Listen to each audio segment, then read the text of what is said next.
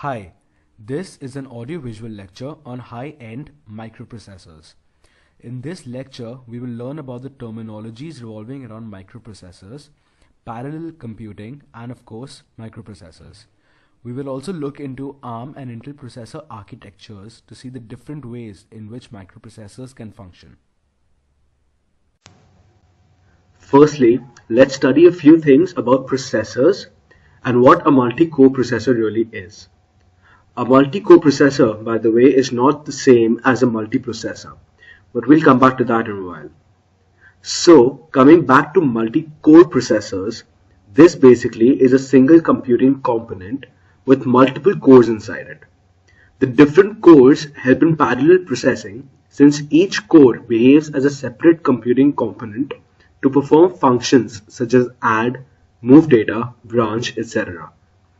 These cores are tightly packed together to ensure improved speed and productivity. Originally, processors were developed with only one core. A dual-core processor has two cores, for example, Intel duo-core. A quad-core processor contains four cores, like i5 and i7, and this goes on.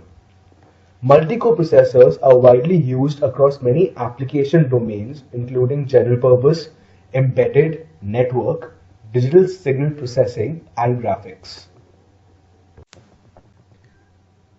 So let's look into the background of microprocessors.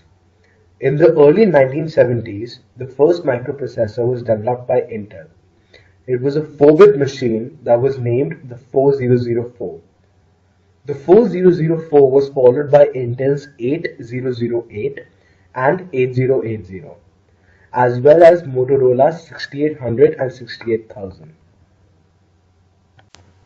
Over several years, with each new generation of processors, there were several developments, such as smaller size, faster, increased heat dissipation, and greater consumption of power. Multi-core processors gradually came into existence because of the various problems that single-core processors were encountering. To execute the tasks faster, there was a need to increase the clock time. In single-core processors, increasing the clock time too drastically increased the power consumption and heat dissipation to extremely high levels, making the processor inefficient. As a solution to single-core processors, multi-core processors came into existence. Creating two cores or more on the same die increased the processing power while keeping the clock speeds at an efficient level. A processor with two cores running at efficient clock speeds can process instructions with similar speed to a single-core processor running at twice the clock speed, and the dual-core processor would still consume less energy. There are two main ways to have multiple cores interact. There is the shared memory model and the distributed memory model. In the shared memory model, all cores share the same cache memory. In the distributed memory model, each core has its own cache memory. Multi-core processors, however, are not completely flawless. Two main problems faced by multi-core processors are the memory cache coherence and multithreading. As mentioned earlier, some implementations have a distributed L1 cache but must share an L2 cache. This possesses the problem of making sure that each core keeps the other updated with changes in the data and in its own cache. This is the memory cache coherence. Multithreading is also a problem when the software being run is not designed to take advantage of the multi-core processor. This may mean that one core does most of the work, which means that the processor is running no more efficiently than a single core. While working with many threads, a multi-core processor with n cores can execute n threads simultaneously by assigning a core to each thread. If it must process more than n threads, say x threads, it can apply multi-threading procedures with each core working with an average of x by n threads. A single coprocessor must multithread with every single thread. The disadvantages while working with multi-core processors are some of the following. Firstly, they do not work at twice the speed as a normal processor. They only get up to 60 to 80% more speed. The speed that the computer works at depends on what the user is doing with it. They cost more than single-core processors. They are more difficult to manage thermally than lower-density single-core processors. Not all operating systems support more than one core, and operating systems compiled for a multi-core processor will run slightly slower on a single-core processor. Complex Instruction Set Computer (CISC) is rooted in the history of computing. Originally, there were no compilers and programs had to be coded by hand, one instruction at a time. To ease programming, more and more instructions were added. Many of these instructions are complicated combination instructions, such as loops. In general, more complicated or specialized instructions are inefficient in hardware. And in a typically CISC architecture, the best performance can be obtained by using only the most simple instructions from the industry standard architecture.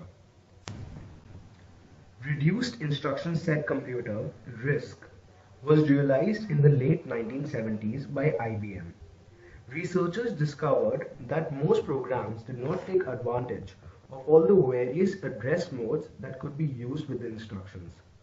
By reducing the number of address modes and breaking down multi-cycle instructions into multiple single-cycle instructions, several advantages were realized. Compilers were easier to write and easier to optimize.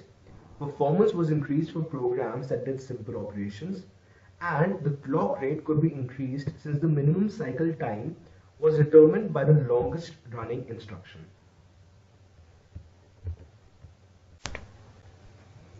It is the common misunderstanding that RISC systems typically have fewer instructions but make up for it with faster hardware. RISC system actually has reduced instructions, in the sense that each instruction does so little that it takes very little time to execute it. It is a common added versatility. CISC systems actually have complex instructions, in the sense that at least one instruction takes a long time to execute. Okay, let's look a little bit into the history of ARM. The company was founded in November 1990 as Advanced RISC Machines Limited and structured as a joint venture between Acorn Computers, Apple Computer, which now refers to itself as Apple Inc., and VLSI Technology.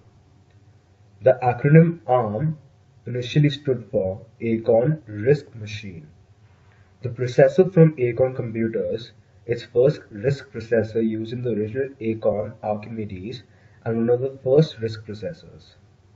However, when the company was incorporated in 1990, the acronym was changed to stand for Advanced RISC Machines, in the company name Advanced RISC Machines Limited. Then, at the time of the IPO in 1998, the company name was changed to ARM Holdings, often just called ARM, just as the processors. So looking into ARM architecture, ARM is basically a family of instruction set architectures for computer processors based on a reduced instruction set computing RISC architecture. A simpler design facilitates more efficient multi-core CPUs and higher core counts at lower cost, providing higher processing power and improved energy efficiency for servers and supercomputers. Current cores from ARM Holdings support 32-bit address space and 32-bit arithmetic. The recently introduced ARM v8a architecture adds support for 64-bit address space and a 64-bit arithmetic. Instructions for ARM Holdings cores have 32-bit byte fixed length instructions, but later versions of the architecture also supports a variable length instruction set that provides both 32-bit and 16-bit byte instructions for improved code density. Some cores can also provide hardware execution of Java bytecodes. So in the following table, you can see the various cores that ARM has come up with over the years. Some of the other features that are typically found in RISC architectures are uniform instruction format, which is using a single word with the opcode in the same bit positions in every instruction, demanding less decoding. Identical general-purpose registers, allowing any register to be used in any context, simplifying compiler design, although normally there are separate floating point registers. Simple addressing modes with complex addressing performed via sequences of arithmetic and/or load-store operations. Few data types in hardware, some CISCs, have byte string instructions or support complex numbers. This is so far unlikely to be found on a RISC. Now, let's learn about some Intel microprocessors architectures. The term x86 denotes a family of backward-compatible instruction set architectures based on the Intel 8086 CPU. The 8086 was introduced in 1978 as a full 16-bit extension of Intel's 8-bit based 8080 microprocessor, with memory segmentation as a solution for addressing more memory than can be covered by a plain 16-bit address. The term x86 derived from the fact that early successors to the 8086 had also names ending in 86.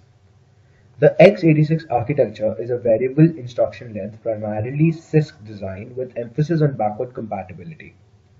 Byte addressing is enabled and words are stored in memory with little ending byte order.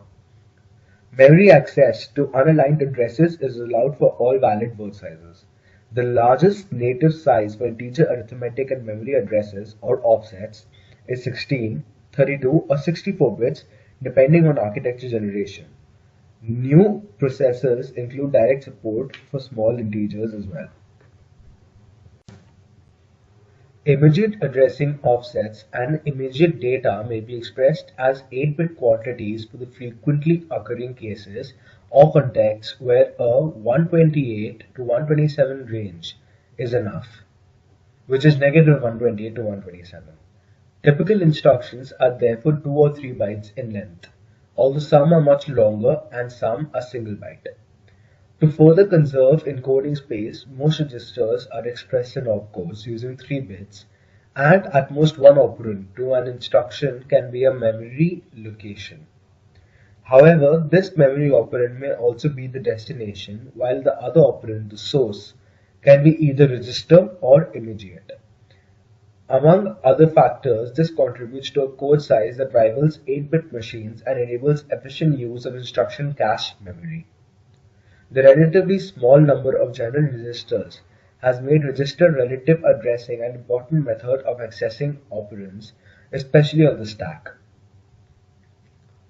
Much work has therefore been invested in making such access as fast as register access, that is, one cycle instruction throughput in most circumstances where the access data is available in the top level cache. A dedicated floating point processor with 80-bit internal registers, the 8087 was developed for the original 8086. This microprocessor subsequently developed into the extended 80387, and later processors incorporated a backward compatible version of this functionality on the same microprocessor as the main processor. In addition to this, modern x86 designs also contain a SIMD unit where instructions can work in parallel on one or two 128-bit words, each containing 2 or 4 floating point numbers, each 64 or 32 bits wide respectively, or alternatively 2, 4, 8 or 16 integers, each 64, 32, 16 or 8 bits wide respectively. The key differentiation of the ARM chips over Intel's chips has been that they run at lower power levels than needed to run Intel's chips, and they're much cheaper than Intel's processors in the market today. In fact, if you count how many ARM processors are in cell phones, smartphones, and tablets these days, they outsell Intel chips almost 4 to 1. But Microsoft's new operating system for ARM, called Windows RT, has touched off a new battlefront in processor wars. This has forced Intel to try and make its x86 processors more energy efficient. The company hopes to have chips that are on par with ARM.